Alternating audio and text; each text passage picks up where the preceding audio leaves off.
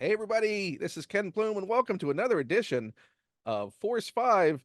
I almost forgot the name of the show because it's been so infrequently that I've been able to put these out because life's busy.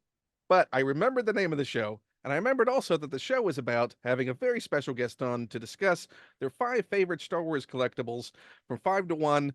They're going to rank it. We're going to have a conversation. It's going to be fun. And for this episode, my guest is Kevin from Toying Around, an amazing channel, amazing person in the collecting space. Is that the thing we should call it, the collecting space? Yeah, I mean it's just a hobby, and I'm a toy collector, and I just happen to make some try to make some videos and have fun with it. So yeah, in the collecting hobby, I think is a good description of it. And just have some conversations with friends Hmm. about that, about shows you like. Right. Just Yeah. Anything in between. It's just a reason to get your friends together. and just develop a nice language of in jokes amongst each other that will grow and have a life of their own beyond anything you could have possibly predicted or in fact hoped would happen. Yeah. Yeah. And you have no control over it, and the more you fight it, the more people seem to, want to use it to, have fun with you a little bit. Oh my God, are they bullies? I think they're Oh no, no. Well, no. It's all for fun, and it means a lot that people care enough to remember and call back to different jokes and things that happen. So I do a lot of live streaming on my YouTube. So when people come back and they know about this, or if I'm watching another channel and I see a reference to that, I'm like, hey, that's pretty fun. It's you pretty have cool a to see. you have a lively and engaged community Hmm. that you've built up around the show. So tell me about the Butter Brigade and where did the Butter Brigade come from? So um I was once going to Walmart to look for whatever exclusive toy they had. Sold out, wasn't there. That sounds Um, like Walmart. right. So all collectors will understand this. And I was also there with my wife, and there was butter that was on sale. Butter in Canada is really expensive. It's like $7, $8 for a stick of butter normally. So Walmart had a sale. It was like $3, and there was a limit on how many sticks of butter you could buy. There's a sign, max per person, 6 sticks of butter, something like that. And I got upset. I'm like, oh, they have a limit on butter, but not the exclusive toys, right? So my wife bought, her butter that she uses for baking. And as a joke, when I posted what I bought from Walmart on Instagram, I included the butter in there. And then people were commenting, what is he doing with all that butter? Is he some sort of butter baron? That was my friend Cheney from the Toy Migos. And then it just built into this whole thing. Someone gave me a Game of Thrones style introduction. Um, like King in the North, because we're in Canada, everyone's in the US, the Butter Nation and all that stuff. And that's the thing where like you keep it's like, oh, don't call me that, this and that. And it just keeps going. And the more you fight it, the more it sticks. So that's where it came from. Pun intended. Yeah. Yeah, that works. That works actually. Thank you. Well, at least you weren't a butter scalper. You could have Yeah, played the system. You could have gone through with your wife as two separate purchases. You gotten that's true. 6 sticks of butter. That's the good workaround. When a store has a limit on figures, you're like, hey, I got kids. That's why I had Yeah, kids. yeah. They count. One by one, they just filter through with their handfuls of butter. Yep. That's And they're like, you know what? There goes the Butter Brigade. there it is. And then yeah, that's just how it kind of built up. And it's cool because I think online communities sometimes they they feel more engaged maybe when there's a community name, almost something identifiable. So and eventually I was like, all right, let's just roll with it. And that's been almost 3 years now. But you haven't developed your Butter Baron cosplay to go with it? I've With your I've in, little butter stick epaulets and we've workshopped some mascots. Like a would it be like a butter? Would it be a person who is a baron of a land that is abundant in butter? Is he made of butter? Is he some sort of butter composed character with butter like features? So it was it's it's been in development for a while. An Is he a butter like ongoing land. yeah. So by the time the Kickstarter comes around, you'll have Oh worked God. out exactly what this Butterland is going to be. Is he a baron of a land that fell into a radioactive vat of butter in the Acme butter plant, you know, and then he can change. Then that way you kind of get the best of both worlds. You know, a more cartoonish character and also like a human form. Who knows? Is Who butter knows? like the melange of There's you know, it can you can market it in different languages.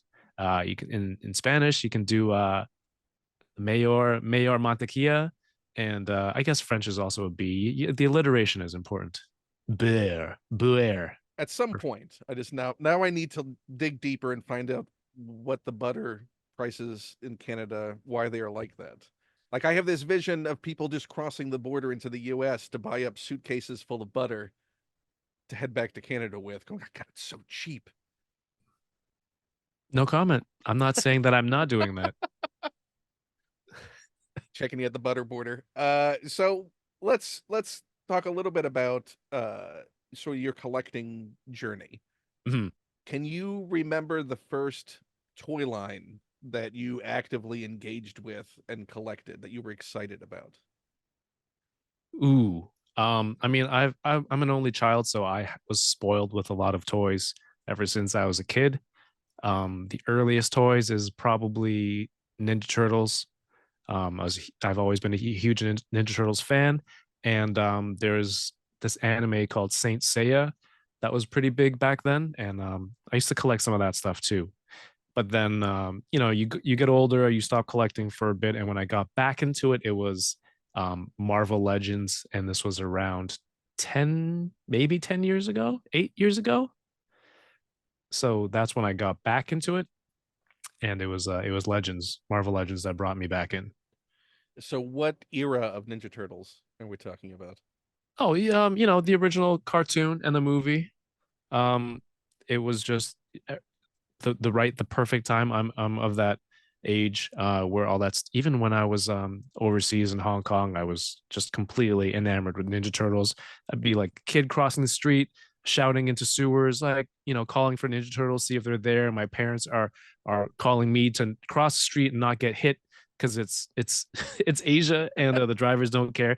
I'm like Leonardo, Michelangelo. She's like, Kevin, move it.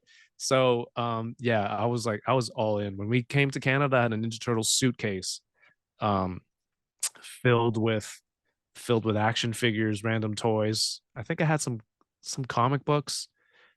Even now there's still all the toys still in there, Archie comics, things like that too. Now, So were you even at that point a long-term collect, like you kept those toys? Did you have a collecting yeah, mentality of retaining them even at that yeah. point? When we came here to Canada, my parents brought most of my toys. And that's actually it's actually really funny when I first started doing YouTube and stuff, and people were like, "Oh my gosh, are those all your toys from your childhood?" I'm like, "No, this is from like the last 2 years. Uh, all my childhood stuff is in storage, but man, I have, you know, a lot of the original turtle vehicles with the boxes. They're not mint on card, but I still have the boxes for like the foot cruiser, the turtle skateboard thing with a little foot that kicks up from underneath. So my parents kept a lot of stuff for me. I was definitely spoiled in Is that there anything sense. still in storage, or your nearest opportunity to get that stuff out? You No, everything's out, and I played with everything, so a lot of it wasn't in the best condition either. So whatever was salvageable that somebody else might want, I probably sold it already to make space for everything behind me because there's so much stuff now. Everyone's competing for it's like the number of TV shows that there are to watch. It's like you have a limited number of minutes to watch TV shows. There's a limited number of dollars that I can spend on all these toy lines. so is It's there anything crazy. from that Ninja Turtle period that is your sentimental, never gonna get rid of it, have always retained piece? I think I've kept all my turtle stuff. I don't think I'm gonna sell any of it. Um, I have the pizza shooter that's shot battery powered motorized plastic disc shooter of pizzas, little pizzas. Kept those. I have the sewer play set. I think the turtle stuff I wouldn't get rid of. The most of the stuff I got rid of was Transformers that as I grew up I didn't really stick with it and I don't remember much of the characters and GI Joe. But the rest of the stuff I'm still a fan of to this day. So, that all those childhood toys really played a huge role in this hobby and what I'm doing now and a lot of the stuff I collect. And the obligatory question: who is your favorite turtle? As a kid, Michelangelo because he's the party dude. But as I grew up, it's Raph, like the sarcastic, snarky kind of like, I don't know, that kind of attitude. I think it was more relatable now. So now it's Raph. I like that you grew out of Michelangelo. So you know what? I kind of like the sarcasm and the Yeah, aloofness of Raphael, as you know, opposed to you don't have to stick with one for your whole life. You can change. tell that to Michelangelo. This is you're feeding into the inferiority complex he already feels. I am not a party dude anymore. That's it. That's that era has passed for me. What an assured state of a maturity that I'm just not a party dude anymore. And just Imagine going to a that's a therapist. t-shirt. I'm not a Michelangelo anymore. I think I'm more of a Raphael. But you know what? Sometimes I think I just want to be a Leonardo. Yeah, exactly.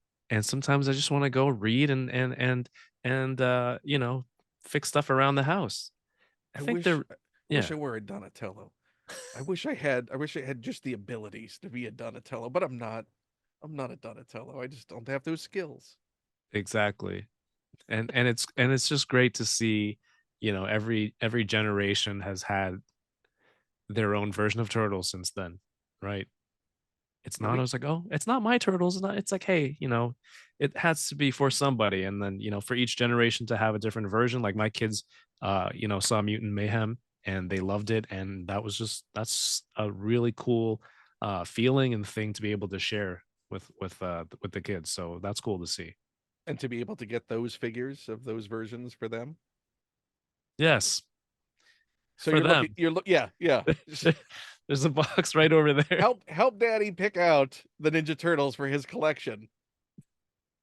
I have the entire Wave 2 in a box on the ground right behind me that I haven't gotten to yet. Which unboxing Thursday is that going to be on?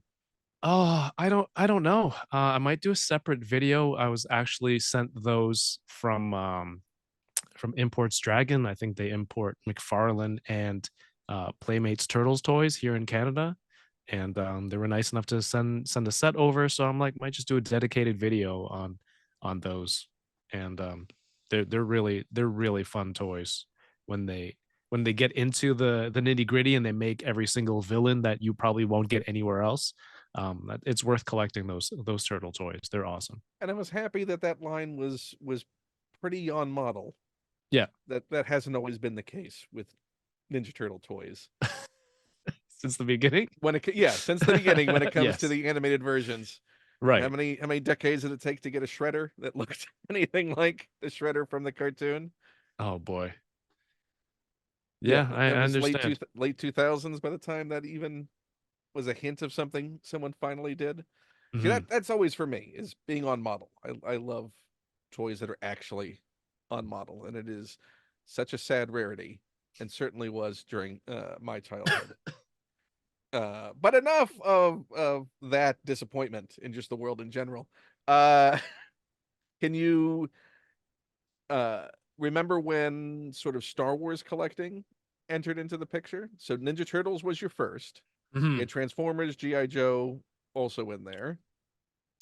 Yeah, they were. I had those toys, but I wasn't really collecting. Like, even for Star Wars stuff, I would have random things here and there, like Power of the Force, the super buff Luke, and Ben Kenobi, and things like that throughout the ages. And then throughout the ages, what am I writing?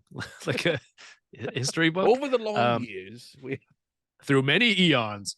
Um, no, so like movie merch, Lego sets, things like that. I was just like a casual fan. I think my introduction to Star Wars was around the prequels. And the heavy collecting was when the Black series came out, because that's when I was more like doing toy photography and posting on Instagram and becoming a collector of toys. So In your that's when, Raphael phase. yes, much later Raphael phase.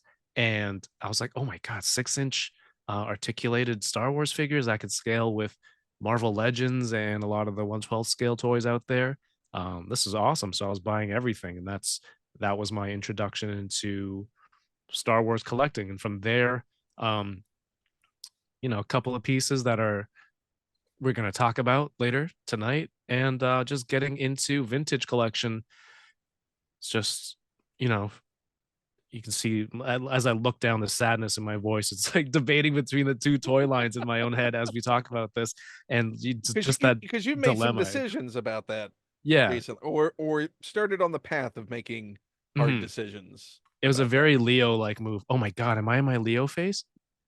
Oh, is this the moment you've had that revelation? I Is just this had an your epiphany. Damn it. No, I don't want to be Leo. He's such a square.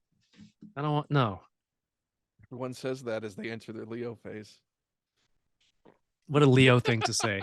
What is this? The number one Ninja Turtles podcast? What's happening here?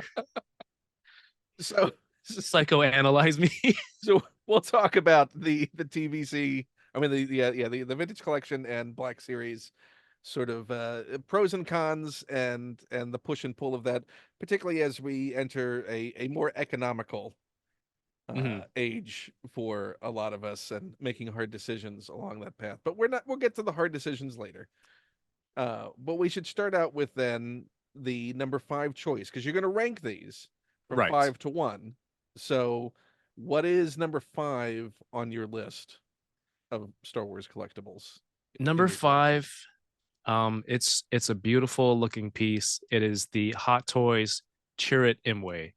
Um, Donnie Yen playing yet another blind character, but the face sculpt on it, the detail when you look into it, it's so perfect. He comes with a bunch of accessories, the soft goods on the Hot Toys, and it's when maybe one day they'll make a Baze Malbus to go with him, What is it about? I mean, the only series we've got Black Series, finished them out, right? and we had a five POA version of the 3 3/4 inch. Hmm. We haven't seen him in TVC, Baze Malbus. Right. We got a nice cheered M way in TVC with face printing and everything. But Yes. and Hot Toys has not been very good about finishing out the Rogue One squad, just in general. Yeah, but that Jin Urso in the Imperial, what's the trooper that she I'm looking that at it that right that thing is now. gorgeous. Oh, you have it? Yeah. Congratulations. Is that something that you've been chasing after? It's nice, but You it's wouldn't not mind on the having it top of on the my shelf. list. But yeah, if someone was like, "Hey, this is for sale and it's a good price," yeah, I'll probably go for it. But there are other ones um ahead of it. Also, Hot Toys, I try to stay in my lane. It has to be like a really, really cool character uh that I like, or no, it has to be a really good character for me to step outside of 1/6 or 118, sorry, 112 and 118 scale to go into 1/6. Do you have the Cheer with you there? It's in a display case. Did you want me to get it? Yeah, if you could. Yeah, if you could. Do you want me to grab everything? Yeah, if possible. I'll grab what I can. You can edit this out. Yeah. And we're back. That is, I mean, Hot Toys rarely disappoints. Mhm. They certainly have at times, because when they're good, they're great. Even if they miss, it's slightly off the mark. It's nothing egregious. Is that the right word? Yeah, But when yeah. they nail it, like my goodness, they've been doing a lot more better sculpts of late. You see like the full armor. There's so many different changes, combinations you can make with this stuff. All soft goods, fully articulated. I have him with the staff. I think he comes with his crossbow thing that folds out. which is crazy for a blind dude, but trust in the force. The eyes are a little bit lighter, very, very reflective, Man, at this point, just trust in Donnie Yen. right?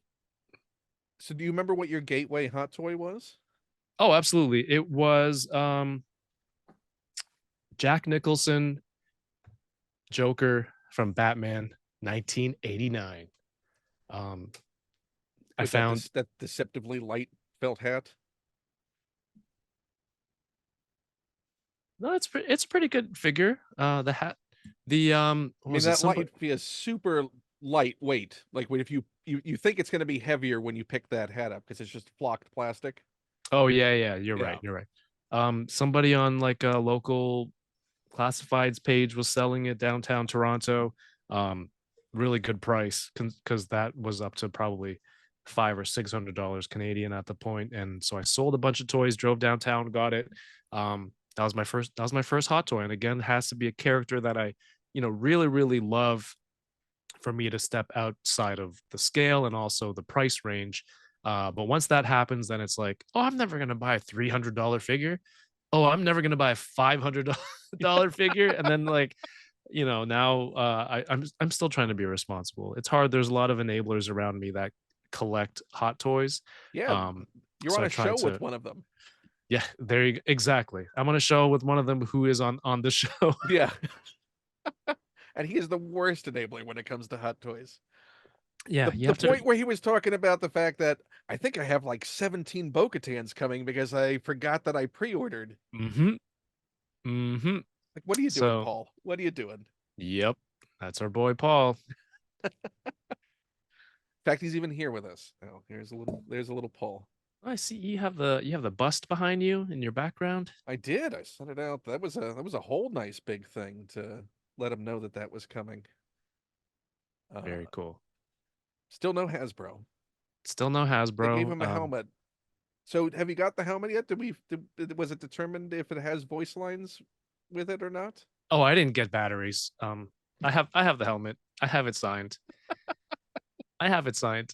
You don't need to hear him. You don't need to hear him out of your Do I collection. need him in my ear when we do a podcast every week and he's just there, giving me grief all the So, time? so if you were to program the helmet with voice lines that he's spoken on the show, Hmm.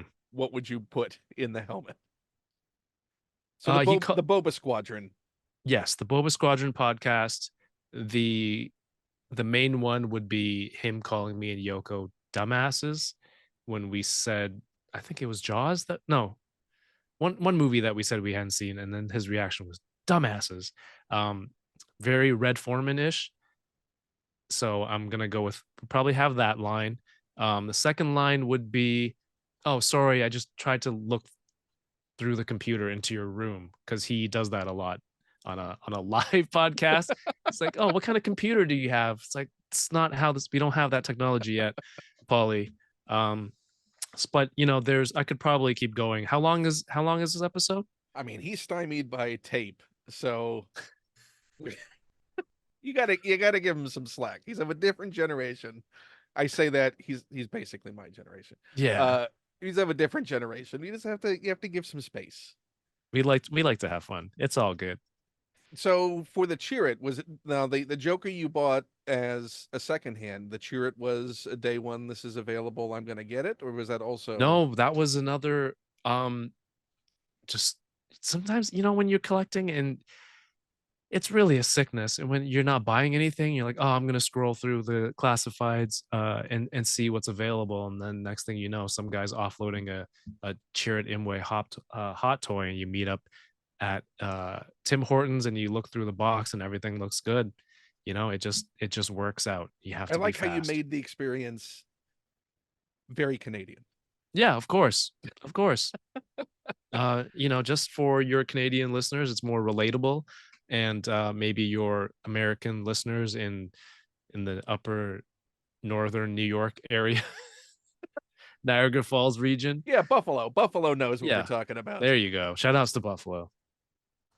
When you're meeting up at that Tim Hortons and they've got a Cheered Way and you've got a bag full of butter sticks and you're ready to make that trade.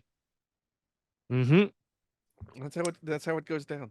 That's where it happens. But yeah, Chirrut is a solid figure, one of the nicest pieces, not just for Star Wars, but in my whole collection. So Now, do you go it museum goes in there. display or do you go posed in your I displays? mean, he's got his staff. So what you could call this, it's both. This is one of his poses. It's just a very static pose. I don't think I could pose him out swinging this. No, no, no. No, because that's you want him in a I just delivered or I'm about to deliver a sarcastic line that's Mhm. going to cut you to the bone. Oh, you know what? I wish they came with the accessory. Do they put a bag over his head? They did. It was a I, bag, right? I yes, didn't remember what yes. it was, and he's like, "Are you And kidding me?" are you kidding me? Yeah, Yes. the best, the So best. so there must be a customizer that has a bag. I mean, I could probably. I'm not skilled, but I Do could you probably think you can make a sack cut for the corner Chirrut? off of a sock, one of my wife's socks, and make one there. Not my That sock. sounds like an Instagram post that needs to be made within the next couple of, at least after this comes out. Let's make a promise that doesn't have to be honored to anyone watching this, that we'll have a an Instagram photo from you. Well, I have to. What if this airs and everyone steals my idea? You don't want that to happen. All the I Chirrut have not Imwe seen collectors. anyone do that to their, yeah, where's 1/6 shooter on this? Yeah, There's never been some elaborate rim light setup yeah, of Trevor. Chirrut. I don't understand. Yeah, the disappointment right now that there hasn't been a 45-minute video with bounce lighting. Instructional, Yeah. yeah, instructional video. And smoke. I'm really jealous of the smoke. I wish that the smoke was not so expensive because I would love to add smoke to my photos. Which ones were you looking at? Nearly every photo that he does has No, I some mean like element of, what kind of, are you looking for a smoke machine? Are you looking for the yeah, one aerosol just spray? one of the, yeah, just something small to, Mm. I don't need an expensive smoke thing. All right, I'll send you a link after. Yes. Thank you. Finally my photo dreams come true. And I can go back to my Michelangelo phase. I can stop being so responsible. Uh, so how far into your Hot Toys collecting was the Chirrut? How many figures in was that? I think it was maybe the third or fourth, and I don't have that many. I have maybe seven overall. So it Have was you just gotten any brand new when they first came out? Was any of day one buy for you? I got the Mandalorian and Grogu 2-pack, the first one that came out from directly from Sideshow. And this was back in the day where Sideshow used to, they have a reward system, a point system, and they used to give out codes during events, maybe like during Comic-Con or during their live streams. They would give you a code. You can enter that code into your account for a certain number of points. Along with the points that you collect from your purchases, I had enough to get that set for $0 from Sideshow. And it's probably because of people like me that that program no longer exists. Um, like they still give points off purchases, but they expire now. But they don't give out those free codes no more. Yeah, no. Oh, I remember a time long ago when they used to send me stacks of the discount cards to give out at events that I was doing. Oh, And, I think they were like 30% off, 50% off, just a whole massive stack of cards that I would throw out to people. wow. Yeah, they don't do that anymore. Yeah, you gotta tighten the ship. I don't think they have the stock available to do that anymore. Um, yeah, and then that's that. There's a classic suit Spider-Man, and maybe some of the other ones I was into were older releases, like a 89. So I got the Jack Nicholson Joker, then I backtracked to get 89 Batman. Um, and which is funny because I think they announced a re-release last year, right around when the Flash movie was coming out. Am I Right. dating this episode? No, let's yeah, whatever. I mean, But it's about your entire collecting history, so it's never really dated. very well. Yeah, so they re-released or they re-announced the Keaton Batman and the 89 Batmobile, which I won't be getting, but those ones are really nice too. So I shouldn't tell you that my original release 89 Batman is sitting inside the Batmobile right now, right? I shouldn't I shouldn't The mention Hot that. Toys one? Yes. No, congratulations again, Ken. Yeah, this is great. You know what? It's super awkward. It's too big. It's not a thing that's easy. As someone who I don't know, well, I'm sure we'll get to this when we're talking about the TV stuff. Did you get a Ghost? Or do you have a Ghost Oh, coming? absolutely. I have no idea where it's going to go. Yeah. Yeah, I have the big Millennium Falcon too that they put out Mhm. 12 years ago, 13 years ago. I don't know where any of this stuff should or could go. The Batmobile is ridiculous. Any of those Hot Toys scale vehicles Vehicles? Yeah. are nearly impossible unless you're going to make an end table out of them or a coffee Right. table.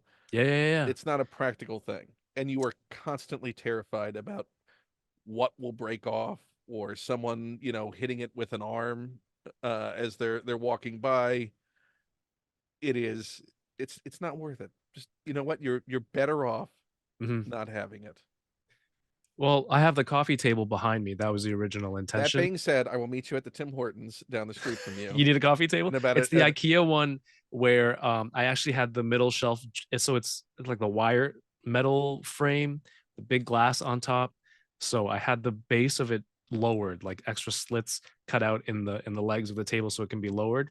And my plan was to make a whole bat cave diorama out of it. But I got the idea from a 1/6 scale uh, forum where people used it to display their Hot Toys 89 Batmobile. So yeah, if you need I'll a be coffee there. table. I'll be there in a day. Yeah, all right. Let's do it. Once we're done recording, I'll hop in the car. I'll Yeah. have I'll have the Batmobile with me in the car, and we'll drop it off. Make sure it fits. Yeah, yeah, yeah. Makes Or sense. we'll just plan a raid over to Paul's place, and you pick out what you want. I'll buy you a coffee at Tim Hortons. We can do it. With some Timbits, then we're definitely ready to go. So your number four choice That then. brings us So to number 4. so we did 1/6 scale. We started with the Cheer It Imway. Mm-hmm.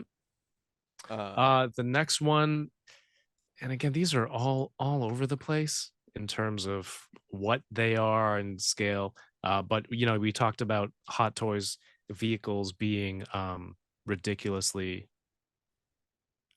huge, and that's why I'm like, oh, TVC is great. You can fit more figures, you're spending a little less money, and you can collect vehicles. So number 4 is my vintage collection HasLab Razor Crest.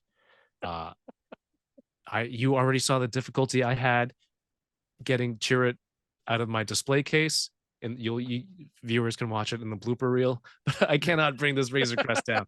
It's up there. You know what? I'll give you a you have the Micro Galaxy Razor Crest though, right? there it is. There. And there it shall stay. If it makes you feel better, I don't have that.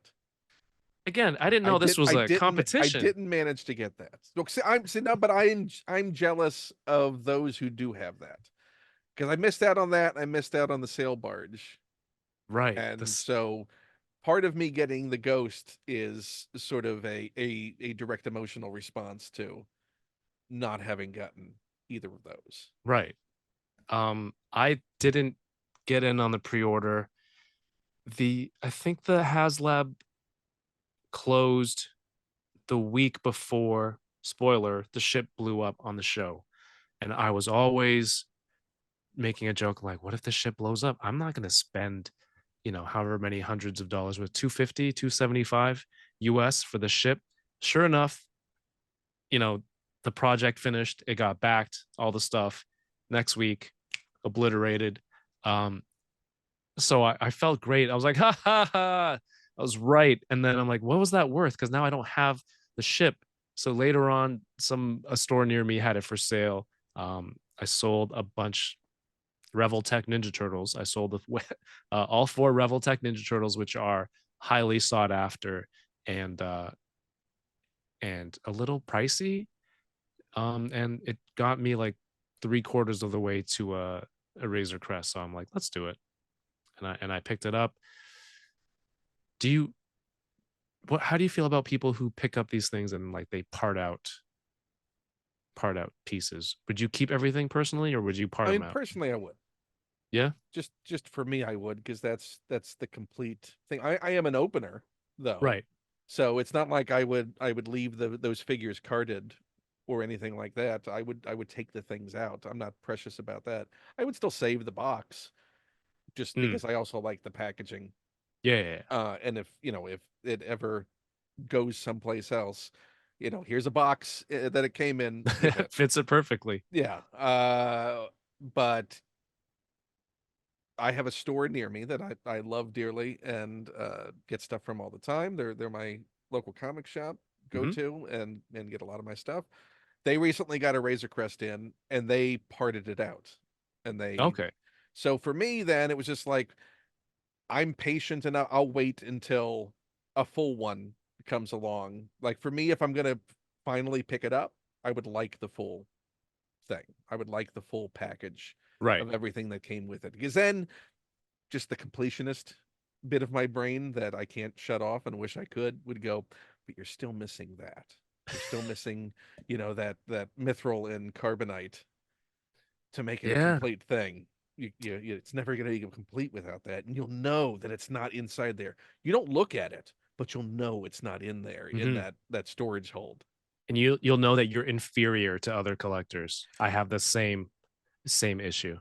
Yeah, yeah. It just well, it's just knowing that there's an accessory missing, Mhm. or that just for me just nags on me, or even because I like to keep card backs when I open a figure, Yes, card backs. particularly TVC. I mean anything that has just a fun card back. Yeah. So I'll carefully remove them. People have seen it on my videos numerous times of me removing things from the bubbles. Uh, if I get a loose figure in the back of my mind, it's still, I would eventually like to get the card back Oh, that wow. came one. So I will get the carded figure eventually just to have the card back. Mhm. I used to be a completionist too, Black Series, um, because I was there from the beginning, so I had everything pretty much in the blue line box, the orange line box, except for I don't know. I think there was a Chewie that got canceled, or a Obi-Wan that got re-released, something like that. To a point where I think the sequels came out, and I was buying all these figures. I was running out of space, and it was just characters that I didn't care about. And at that point, I was just collecting the numbers on the side of the box so that when I looked at it, they were all sequential and there was nothing missing. Because So when they you switched weren't to an that, opener at that time? I Are you was still still not opening, an but I opener? I kept the boxes. That's the thing. And you had the boxes on display, Yeah, or it just on a shelf. Yeah. got it. So, and you couldn't see them, so they were just numbers when they had the red side box with the big numbers on the side. So eventually, I worked up the I don't know what it would be the courage to take that first step, and I sold. The first one I think I sold was Darth Maul, which is I think is it wave 2? No, he's wave 1. He's Black Series wave 1.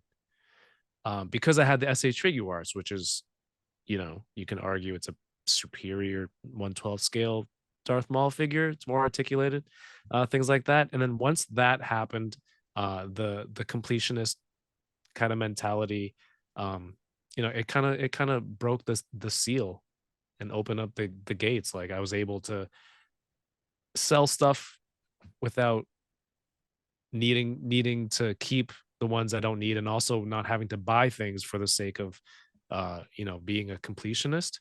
Um and that's just how collecting Star Wars worked out for me. So when I got the Razor Crest, how I mentioned I sold those turtles and it got me like 3/4 of the way to the Razor Crest. I was like, I don't need a off-world Jawa with the gooey egg accessory mint on card, but collectors were some people wanted that for their TVC collection. So I parted that out and I think I ended up breaking even after that one. Yeah, for me, I couldn't. But so maybe you started your Leo phase a lot earlier than you thought. That doesn't make me a Leo.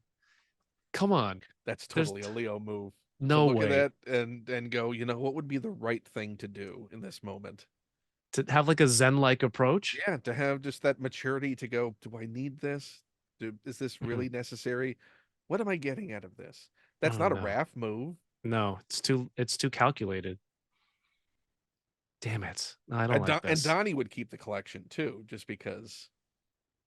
He's a Just big nerd. yeah. All right, shut this off. I don't want any more. Cut the cameras. Cut it. So We're done. what is your favorite part of the Razor Crest then? Oh, just the my favorite part.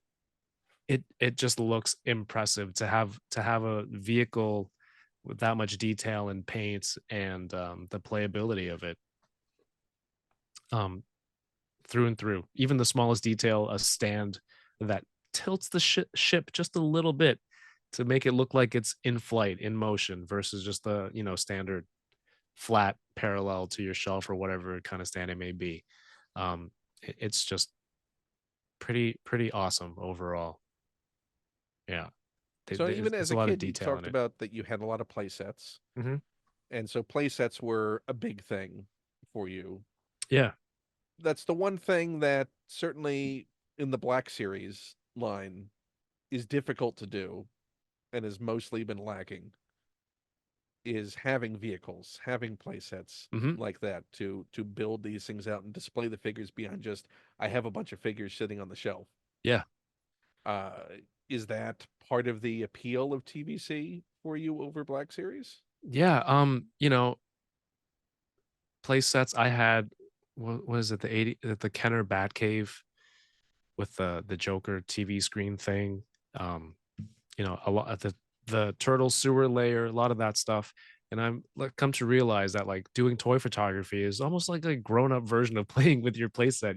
You're still posing everything out in the playset and you're setting up shots and setting up angles and you're playing. You're not doing the sound. Maybe some people are doing sound effects. I don't know. They're doing the voices and playing, but you're still posing it out, and in your head, you're creating these stories, right?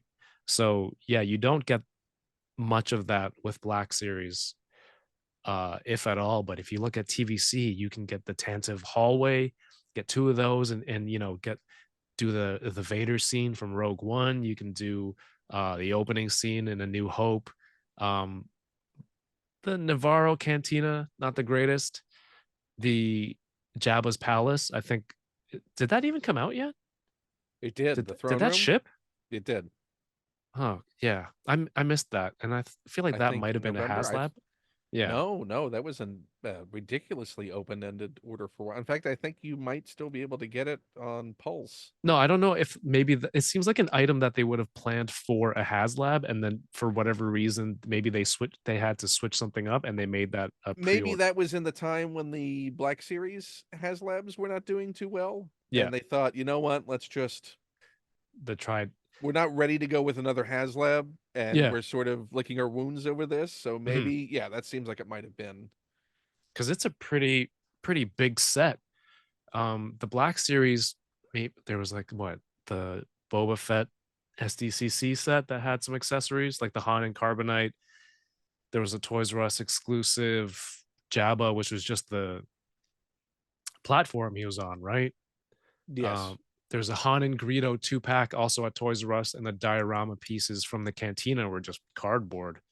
So there's a it's very lacking, which is understandable in terms of space and cost to manufacture right. I 112 mean, you might scale get just because I have this dioramas like that. and I finally picked it up. Yeah, it might have something like this. That Is that thing's beautiful. I'm keeping that one. I have it, and that's the best Ray that Black Series made. It has everything on it. Yeah, I know. I mean, this is as far as a display piece and talking about having that pivot of Hmm. posability with that stand. Yep, But yeah, this is. I mean, you're not going to get uh, a Tie Fighter that's never happening again. or that Snow Speeder. Even is a monster to hold. Yeah, I've never even got that. I have a Luke's land speeder. So those personal vehicles are probably the closest thing. Yeah, no, I don't. I Uh, don't have the Tie Fighter, and I don't have the Snow Speeder, just because. Where are you gonna? I mean, the Snow Speeder I would hang, and I would probably hang the Tie Fighter, but then you're getting into a a situation. Are you living in a home or a children's museum? Yeah, I mean, get a AT-AT for TVC. Those things, like the vintage ones, are gorgeous. Was it Legacy? I think it came out in the Legacy first, and then they did two releases in the Vintage, the Hoth and the Endor Right. colorations. That thing, I had one, and it was just sitting here like a small animal being neglected. So I sold it to a friend of mine who kind of grew up with that thing, who didn't have one. So that's maybe my only toy regret of selling something, was selling that AT-AT. Increasing, knowing that you might be moving back into TVC. I sold a lot of TVC stuff in regret, because I was like, Psh, this is a stupid scale. This is very ignorant, very This early in isn't a collecting. this is a toy line, and Black Yeah, Series is an adult line. yeah. 3.75. That's for people, and all those old people. And now I'm Leo. I had like I had like all of the Jedi Council in the Clone Wars line, I think. Oh, Even that when they little display diorama that you could assemble. No, the not the diorama itself, but like I had most of the characters, especially the ones that had their Clone Wars armor. Like Mace Windu had like gauntlets, and Kenobi. I had Plo. Man, I had a whole bunch, and I sold them. I'm like, I'm never gonna collect this line. This is so stupid. Uh Do you remember who you sold them to, or is it just at the shop? yeah, I remember. It's a store that went out of business. I think I had that first Star Killer with all the accessories too. Oh my god. Made a huge mistake. I'm not gonna sell. I'm never selling But now anything you again. have the joy of refinding and rebuying all of those things bit by bit. No, I don't have joy in that, Ken. I do not. I have a story to tell, but I don't have the joy of re-hunting for those. What is the first figure that you would rebuy? It's a good question. That I would probably those 3.75 Jedi. There's like a whole team of them. They were just a cool look. I love the idea that the Clone Wars look, adding the clone armor pieces on them, like a General Kenobi. That was Like a those, lot of the 30th anniversary line had those, right? That was a lot from that and Legacy period. I think so. I think so. Because Um, Legacy was right after the 30th anniversary, I believe. and that's the thing. I wasn't even paying attention because I thought 3.75 was some sort of loser scale. That's the worst part. I don't know why. It's like, oh, what kind of ego is that? If I had a chance, I'd probably go and buy all of the Ralph McQuarrie 3.75 figures. Those are incredible. I'm very close to completing picking those up. I have been Nice. doing that bit by bit over the past year. They are beautiful. Like those ones I have not opened yet Hmm. because I also was waiting until I had them all to do a little video of all of those once they're all together. But I think the 30th anniversary packaging artwork wise is probably the nicest that they've ever done because Oh, they all had those painted card backs. right, right, right. They're weird shapes. The bubbles are weird. They're impossible to store. They're a nightmare. But as far as the beauty of presentation, they're great. Uh, But they're and so there's good. and there's some really great figures. I mean, I think every line has had well, maybe not Power of the Force 2.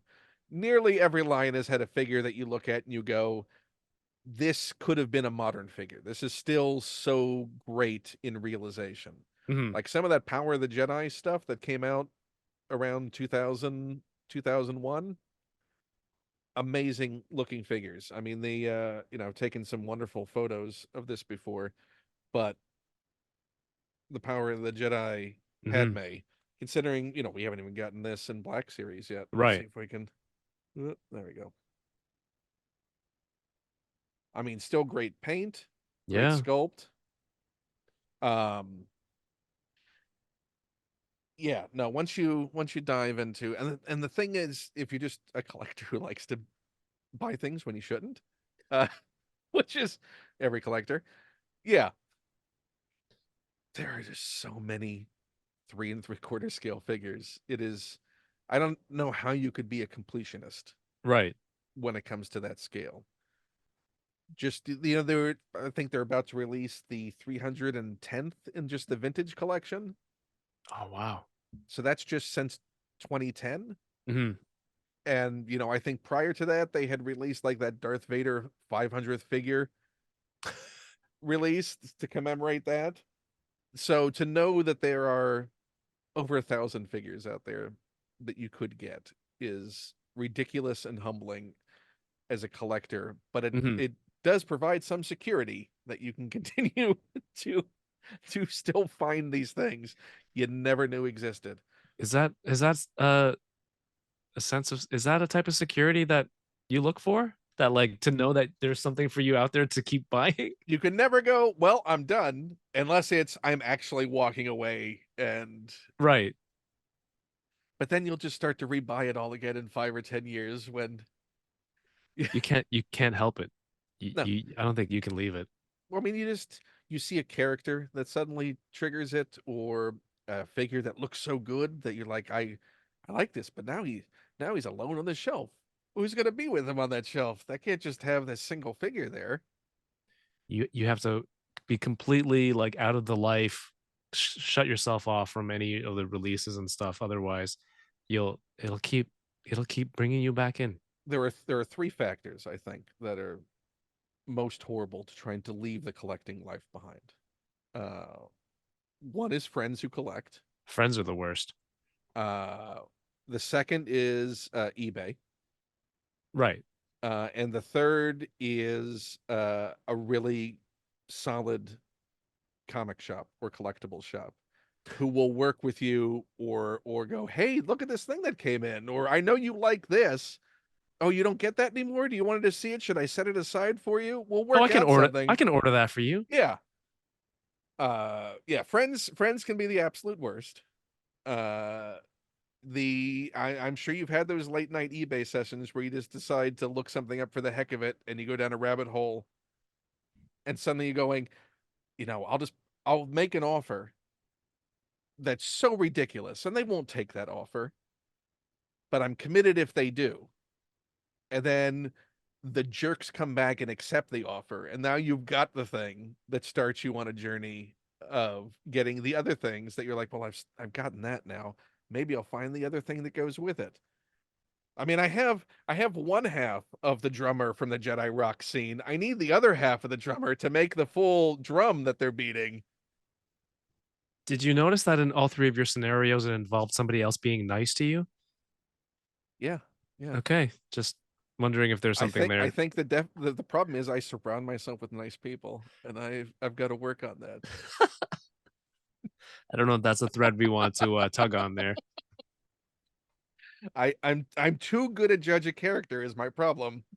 Oh my goodness. Uh, so your number three choice. We're Number halfway through three, your list. this thing, it's kind of a work of art.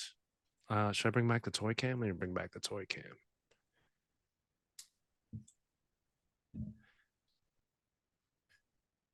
Needs more of an introduction than that.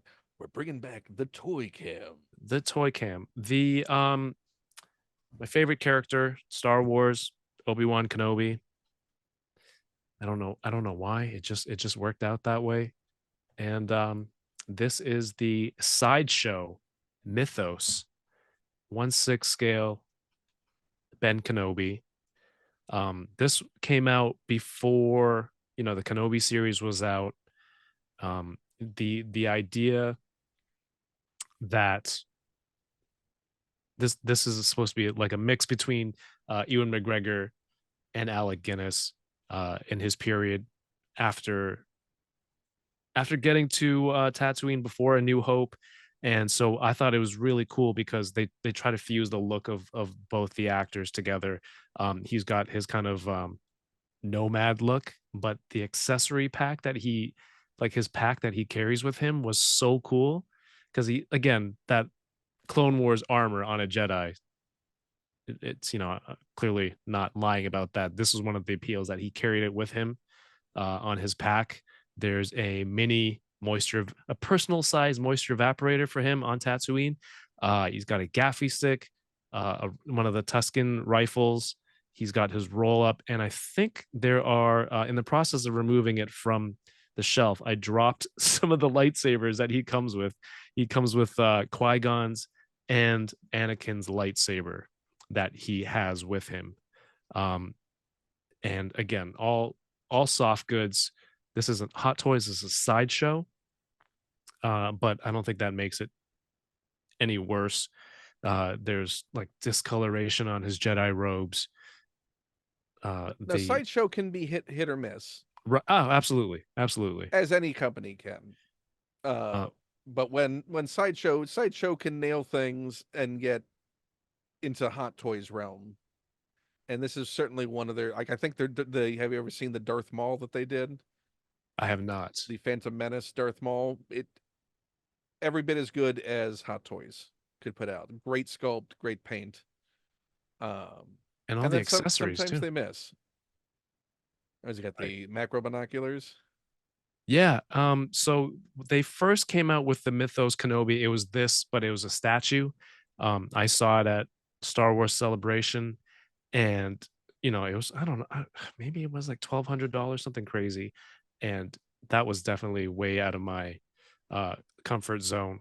So it was one of those like, oh, I'll just admire it from afar, and then they're like, oh, they're making a 1/6 scale posable figure that's affordable, in my price range. I was like, this is perfect. I had to get it. So this is another one of the ones that pushed me towards 1/6 scale. So I do have this, and I do have the Alec Guinness uh Ben Kenobi Hot Toys too. Another great figure. Super Yeah. tan.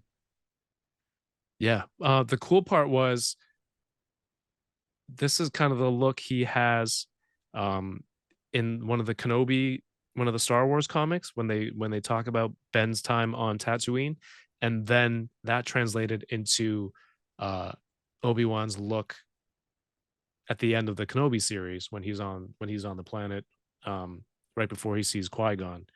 And then the behind the scenes show that they have on Disney Plus, they show costume designers working, and they literally have this figure on display. And I remember just like, yo, I have that. I have that. And like they kind of used it for reference.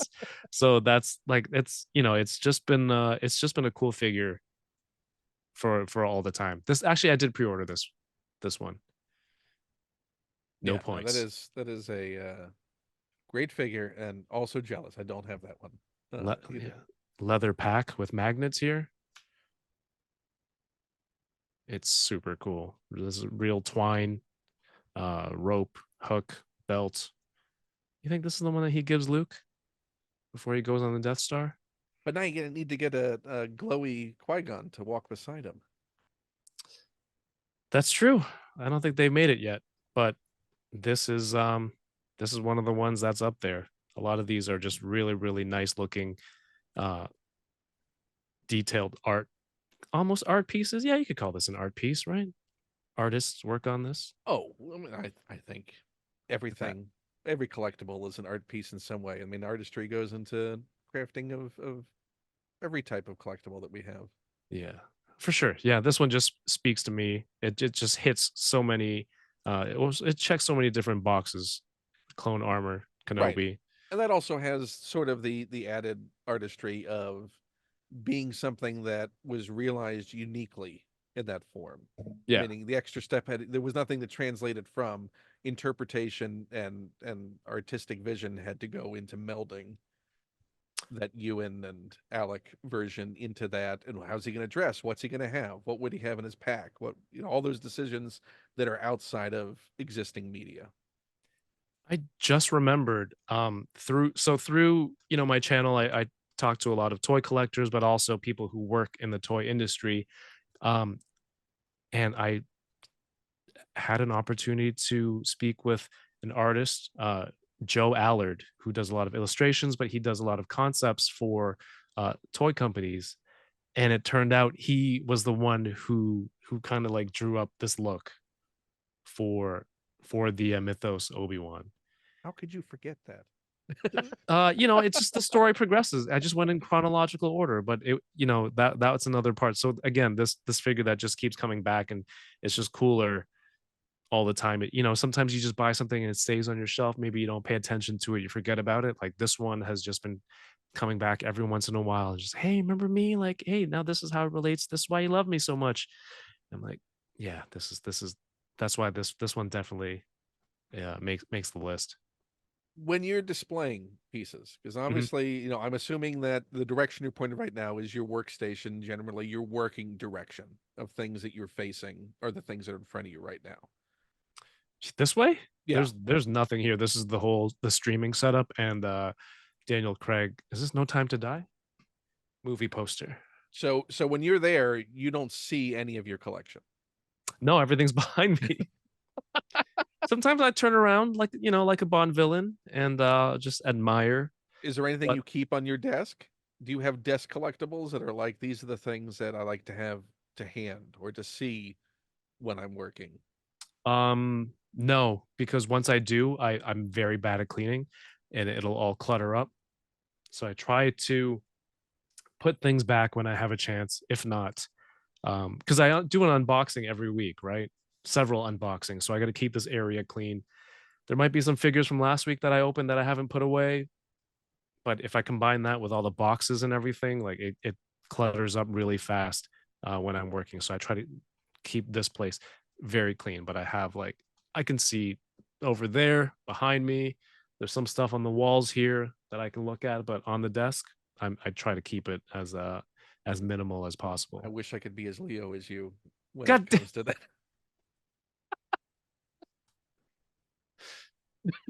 I didn't. All right. Well, okay. Okay. Cool. Well, I Cool. mean, Cool. I don't know if if you've seen enough of my account to see how my desk looks. I am very much I mean, I'm looking at hundreds of things right now on my desk in front of me. Watch me try and do unboxings during open chat, and you'll see me navigating the space that I have available.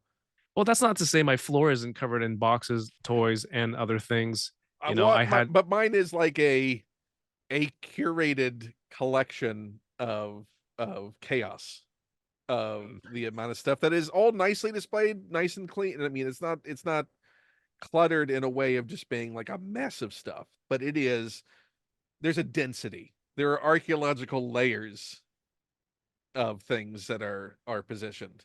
Mhm.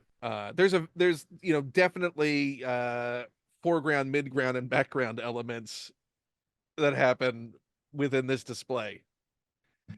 So Um, I admire the Spartan utility of having mhm. a desk that is functional as Yeah. a workspace.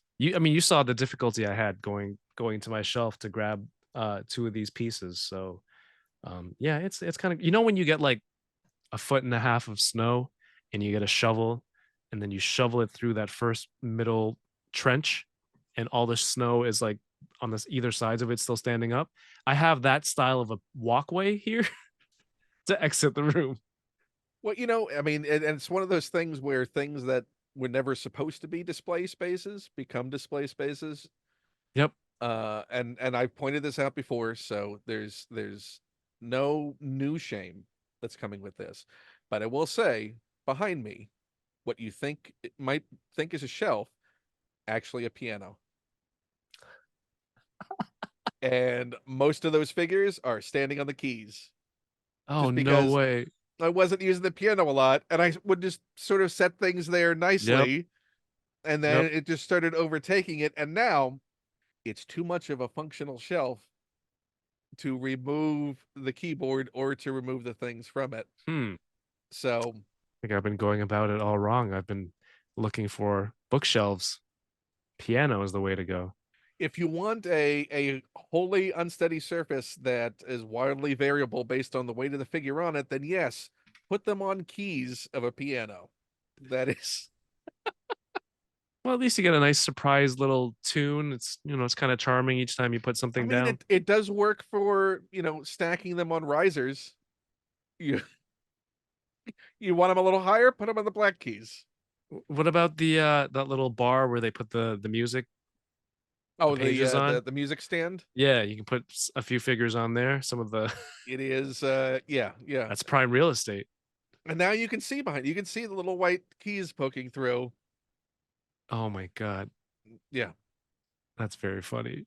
So that's what happens. How much of your stuff would you say is stored away as opposed to on display? Properly stored like in a bin, Because I do maybe see like bins. I do see the old standby of bins becoming display space too, as yeah. well. So there's bins with stuff in it, and then on top of that, there's stuff. So that that's become a shelf in its own. Behind that is another actual display. That stuff is like I'm trying to reorganize a bunch of shelves over here, and I took stuff down, put it in those bins in preparation. And while that's happening, those empty spaces now have new toys in it, and it's a real problem. But storage maybe like 25%, I'd say. Actually, maybe more because a lot of loose figures are in those bins. So it actually does add up. Let's go 35% in storage. Do you find that you'll curate and rotate things back in out of the bins, or are Yeah. the bins sort of the? I remember. I know I have those, and they that's where they live now, but I know I have them. I've only recently gotten to the point where I needed bins. Um, I feel like I'm the kind of person where once something goes into the bin, it's doomed. Like that's it. It'll never come out again. Unless I specifically look for a character like when the Disney Plus What If season just came out, the recent one for Marvel. Like, oh, I have the Watcher and Captain Carter in those boxes, so I'll go and pull those out and pose them around for a little bit. So it's got to be something specific, otherwise it's the bin of doom. Um, but I'm thinking like if it stays in the bin for a year and I don't need it, I could just take that whole bin to the next toy show and try to sell it. Right. Do you feel that your Black Series are going to be going that direction? Yep. I do. I do. I have the whole Ghost team, I think, ready to go if somebody wants to buy it because I'll be getting it in TVC with the HasLab. I'll be getting the whole team in a new scale. So, Yeah, but might as well. they're not quite the same designs. I mean, they're I think some of those are they the second Black Series releases with the The face first printing one. on them? Okay. The first one, yeah. So they're not the better versions of It's those. Star Wars. There's always going to be a new costume. So I can't collect every costume. The face printing was a game changer. Oh yeah, yeah, for sure. The 3D or the yeah, the face printing. But if I could sell that whole team. But then there's ones, I mean, I see you have Clone Wars, Kenobi and Anakin there, that the exclusive ones. Like I'd keep those and a bunch of clones that go with them. All the Jedi that I have. So there's some that'll The keep Mace for Black Windu with Series. his clone armor. I actually didn't get that because that was like $50 uh exclusive somewhere up Was here. that I guess that wasn't exclusive. I think that was a Walmart exclusive in the States. Walmart or Best Buy or something like that. Best Buy had the 50th anniversary face printed re-release of regular Mace Windu Oh, on okay. the 50th anniversary card, On the on the Phantom Menace card, I Phantom think. Menace card. Yeah, Yeah. that's right. That's right. And That then I think the Clone Wars one was a holiday last year release for Walmart yeah, maybe. on the Gennady Tartakovsky card back. Yeah, that's right.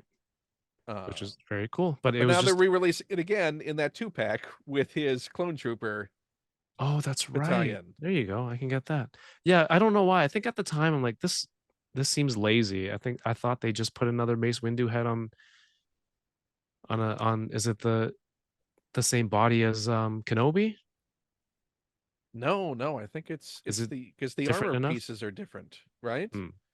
Because he also Kenobi doesn't have the same top plate as him, does he? He doesn't have a cloak.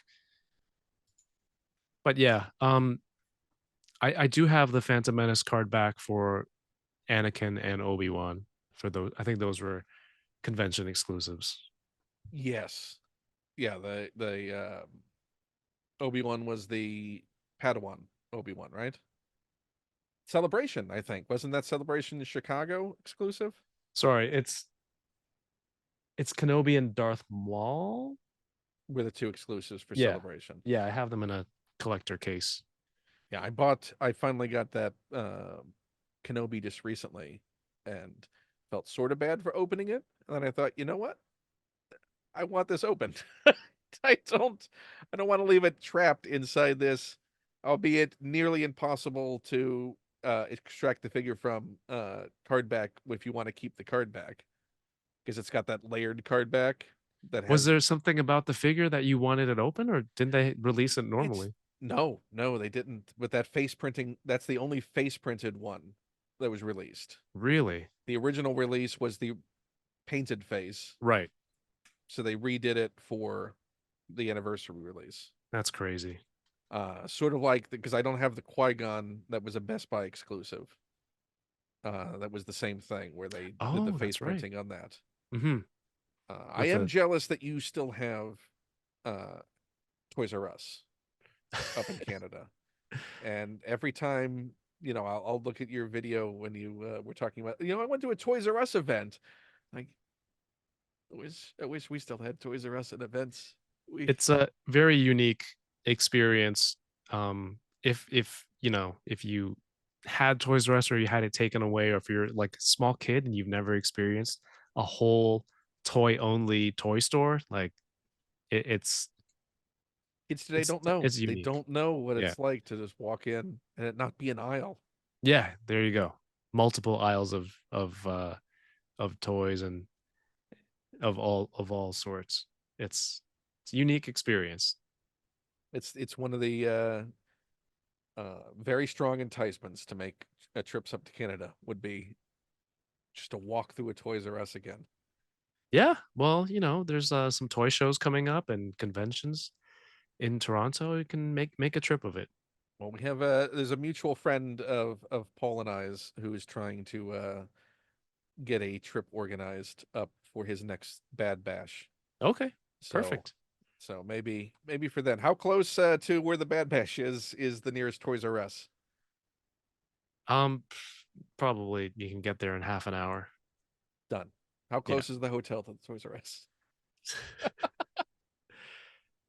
Everything, if you're coming to Toronto, a lot of the stuff is really close together, compared to a lot of places in the US. Like half-hour drive for me is something I don't want to do, but you know, what I notice, American friends are like, yeah, half an hour, that's nothing. That's local.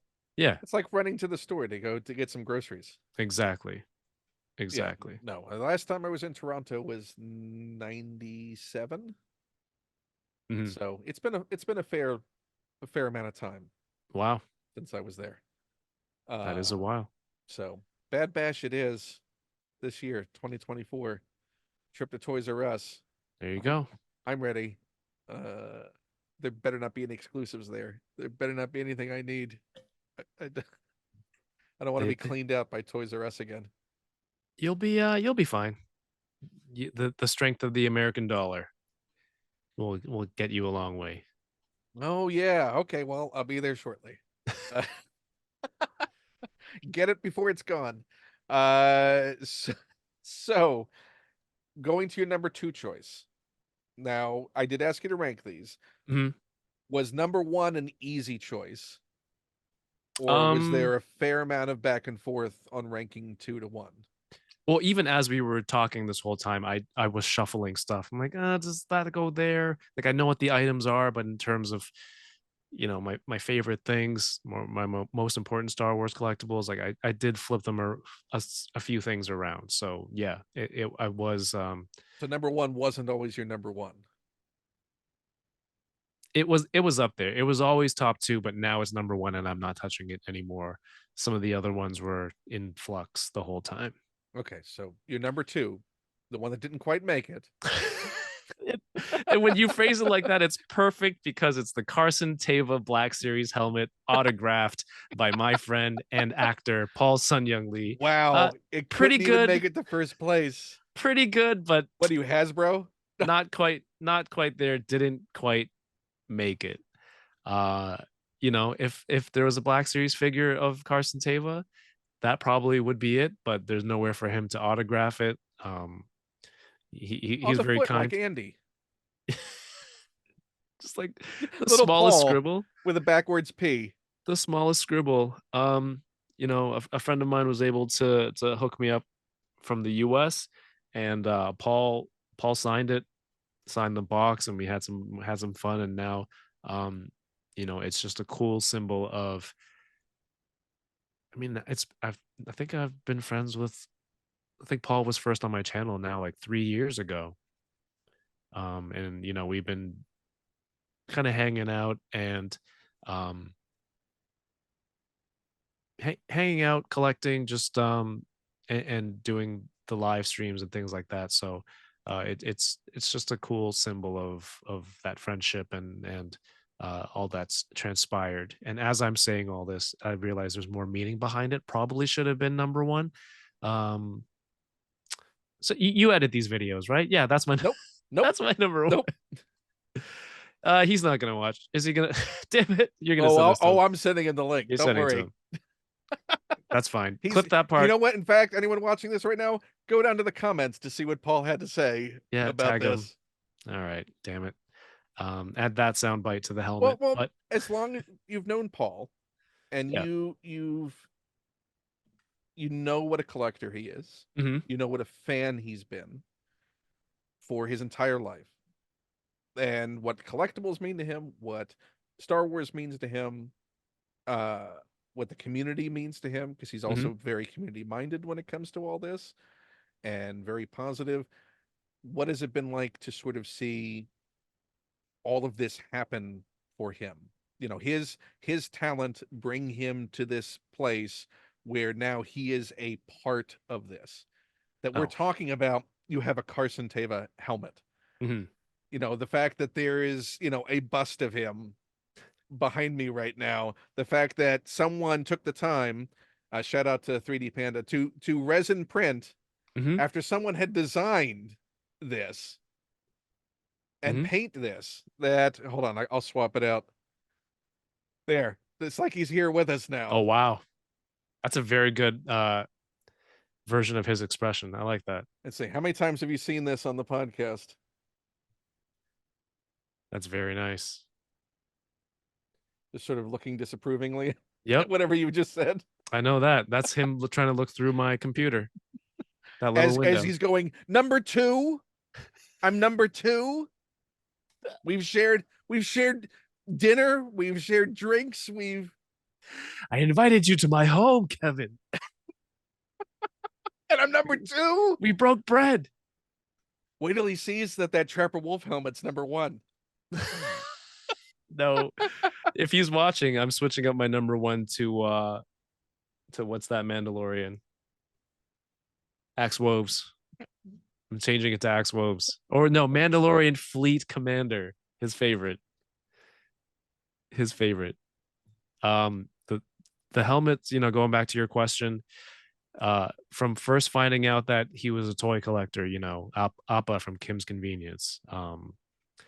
And then Star Wars, like it's so crazy because it was always like, as I can relate to him as a collector, but then I always say to him, like, you crossed into that line, like you're in the fan, you're in the fandom, you're part of the lore now, you're in all that, like it's official. And then to go from that to being in, Book of Boba Fett and Ahsoka and all the different seasons of Mando, it's like he's a certified, part of that universe, just over the last few years. The And C3PO of the Mandoverse.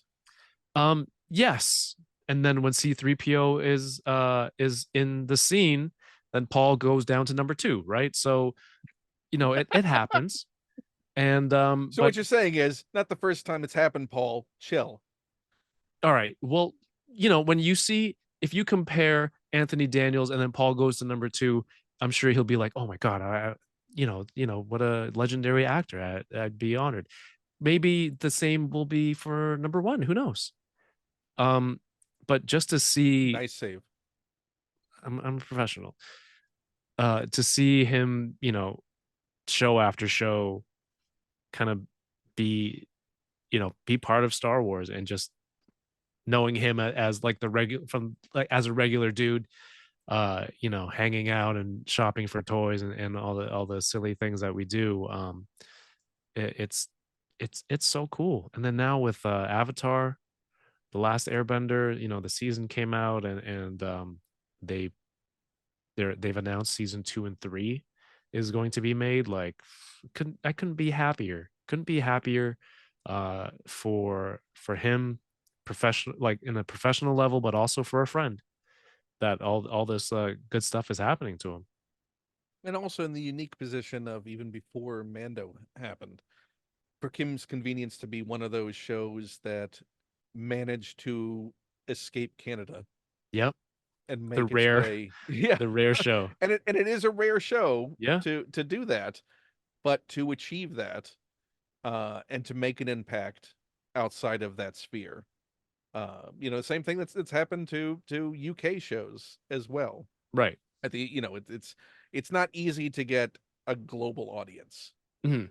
and to get traction in that way, but to do that, and also for not just the entertainment, not just the what it says for Canadian media, but also representation and all Mhm. those things that was able to accomplish before Mando even came along. Yeah.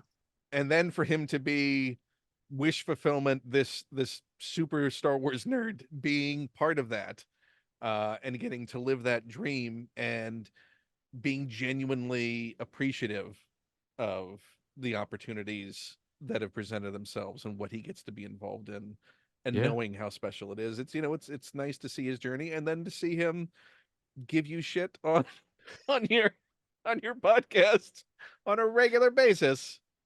Well, that's why you have to keep him at number 2. I think recall his first scene in Mando.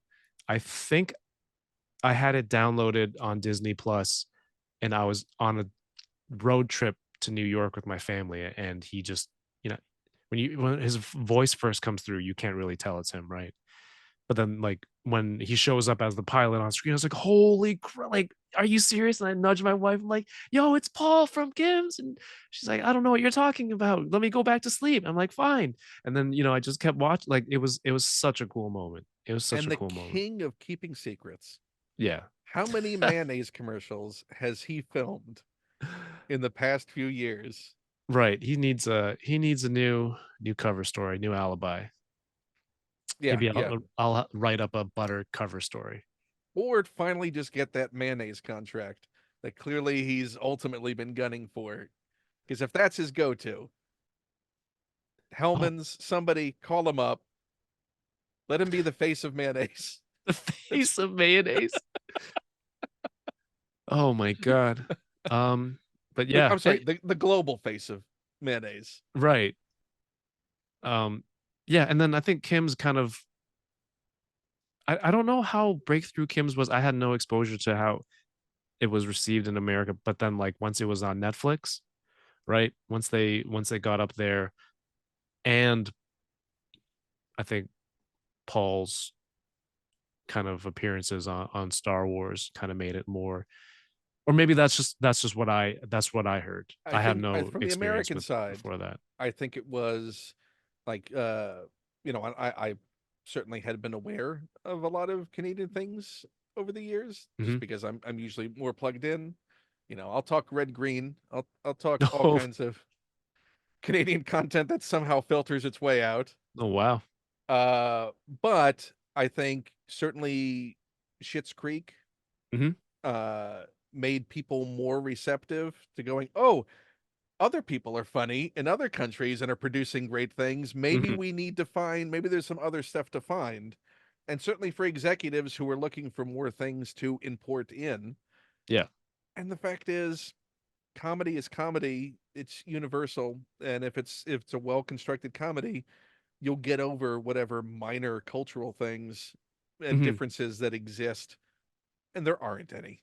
There aren't there aren't a enough of cultural stuff that anyone's going to be lost watching Kim's Convenience when it Yeah. comes to the difference between Canadian and American culture. Maybe you get to go to the doctors a little easier than we do, but And you have Like what? Toys R Appa Us. Appa just came back from the hospital because he got a little dizzy or something. Why are they Uh, not crying about the bills? why does he not have crippling debt from that trip? Uh, yeah, I think He's selling the store because he broke his arm. something crazy, something crazy like that. But it is a story that a lot of immigrant families I've heard, they're like, oh my, it doesn't matter what background or where you came from. It's like that life experience is what people kind of really attach themselves to and found relatable for Kim's. And and Paul's just a good guy. So Yeah, you not can, and not you can watch not any great at episode returning too. texts, but a good guy. He's a busy man. He's a busy man. So much mayonnaise. Yeah, So many mayonnaise commercials. never know what he's up to. Uh, International man of mystery. Next time he's doing a convention, everyone bring him mayonnaise jars to sign for He'll your be so collection. confused. Will he though? I think he'll roll with it. As if they're walking up, he'll sign anything. They'll have paid their money by then. Yeah, sure, I'll sign it. Yeah, yeah, absolutely. He's like, yeah, sure, whatever, pal. You're the best. Thank you much. There you go. I didn't even do the catchphrase. So, so that was your number two. Yeah, and you know what? I'm not even. It's here. You can see it. You guys know Yeah, what it it's looks it's like. been in you've product placed. It's been in the shot the whole Yeah. time. It's in a place of honor Okay. atop the bins. Yeah. Top two. Top two. Just be happy with that, Paul. Yeah. Check his comment below, everyone. So your number one choice. Number one, which is formerly number one, now possibly number two. Um, I got this in 2015. It took a lot of debating as to which photo I wanted autographed, but this is Mark Hamill. This was at Star Wars Celebration. My wife was, I don't know, 3 4 months pregnant, and we did a trip to LA, and I'm like, oh, what's in LA at this time? Look it up. Star Wars Celebration. I've never been, so that was my first time. We landed. Um, we landed and got a car rental, went to the hotel, dropped some stuff, went to eat, and then went straight to the con. Uh, Waited like 3 hours for Mark Hamill. And I remember when I was in line, there's a big dude with one of these accordion style kind of briefcases. They kind of open like this. They got Little the handle on file top. folders. Yeah, and I don't know. He was um, flipping signatures or something like that because I think it was full. By the time I got to the front of the line, Mark Hamill goes, "Oh, so what would you like me to write on this?" And I just told him, just get a little "May the Force be with you," things like that. And he goes, "Do you want me? Who should I make it out to?" And for some reason at the time, I felt that uh I don't know, the celebrity signing your name felt, I don't, well, a little insincere. They obviously don't know you, but in my brain, I was just like, that's corny. I don't want that. So I said to him, just leave it blank like that. And maybe he was frustrated that day, and he had just encountered the dude with the accordion style folder. So after I say, just leave it blank, you don't have to make it out to anybody. He goes like this, puts it down, grabs a pen. He goes, all right, one for Mr. eBay. And he signed it. And I remember, like, I'm like, am I mad? No, this is a funny story. And like, I'll never forget this. Like, Luke Skywalker just sassed me, right? So I wasn't pissed. I just walked away. I was trying to understand, like, the dude's there for hours at a time signing autographs. His hands probably got, the carpal tunnel from holding the pen and all that, and he probably just Yeah, signed from it the for that last dude. guy with the file effects. Exactly, right? For one dude. So, me with my one one for eBay, didn't even get one for myself. uh for him to react like that, I'm like, oh, that's actually a really funny story, and experience that I won't forget. And as a fan, like, I don't know, just this scene with Luke on Tatooine and the binary sunset playing, um Everything about that part, setting off into his journey into the story, was really cool to me. So to get this, I think before the sequels came out, and before, they're like, oh, Mark Hamill's back as Luke and all that stuff. It was cool to get that at the time. And this hangs in what will be my future new Star Wars display. That's where it'll be, dead center, right in front of the Carson Teva helmet. Which you're gonna move to put the Black Series land speeder in front of it. Oh, there you go. Make a little Luke display. Yeah, there you go. Yeah, Boy, I've knocked him down to the number 2 position again. it's just one of my You know what? When they come out with favorite the Black pieces. Series Carson Teva, and Hmm. he can sit in the passenger seat next to Luke. Oh, 1 and 2 going for a joyride. That would be See, nice. see, that I'll keep makes that. up for it, right? I'll keep that vehicle then, Yeah. Well, just for I mean, this you have that callback. photo, you kind of have to, right? I mean, that's such a nice Black Series vehicle too. Yeah. Not the best Luke, but it's he does have that pajama top on, Um. Yeah, I the think I red have cloth. the SH Figure Arts Luke sitting in there. Is it weird that Black Series has done so many different Luke Skywalkers and not a single one of them look the same? I But don't know. it's Luke. You know it's Luke, but I don't think you know it's Mark Hamill. Like they've done a Right. lot of great Luke cosplay Yeah. that's very close, but I Mm. don't think that they've nailed the likeness on I don't him know what it yet. is. And yeah, every But single one very few feels companies different. have done it. I mean, I'm looking right now on I think the 3 3/4, I'm looking at the TVC Jedi Luke, an X-Wing pilot that came out a few years back with the Okay. face printing. Those I think came probably closest we've got. I think what else I have. I have the Hot Toys Tatooine Luke Okay. that looks pretty good. I think maybe their most recent Return of the Jedi Luke is a pretty solid Mark Hamill. Hmm. The Force Awakens one is a very good scowly, scoldy Luke. The same one that said Mr. eBay to you. That's right. Oh, I'm It was signing this to Mr. eBay, though. Okay. Yeah, that's the one. Maybe I should get it for that, just for that memory. I But actually was debating like what other photos that I could would I get him to sign, I think you you take know? that one back and have it dedicated to you. Hey Mark, remember this? Yeah. Uh So tell him yeah, this. He would love the story. I don't know if you remember, but yeah, that would be cool. Oh, he remembers every scalper. That every oh, you were the one that came in 2015. I remember you. Yeah. I was like, maybe should I get an animated series? You're like, it was a Uh misunderstanding. I just thought it would Joker. be weird. Just can you please? He Okay, imagine Mr. eBay. he's been scouring eBay for this exact same one for the last 9 years and He he buys hasn't up all found the it. scalper photos. Oh my god, that's so funny. That's so funny. Yeah, you gotta take it back. Yeah, I will.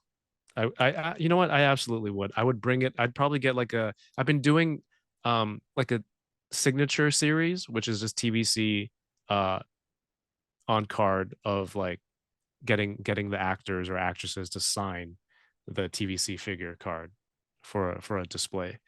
So far I have Fennec Shand. I have Ashley Eckstein for Ahsoka, a Clone Wars Ahsoka. Uh Leilani, who plays Tika the Jawa, I got the one from the Amazon 3 pack.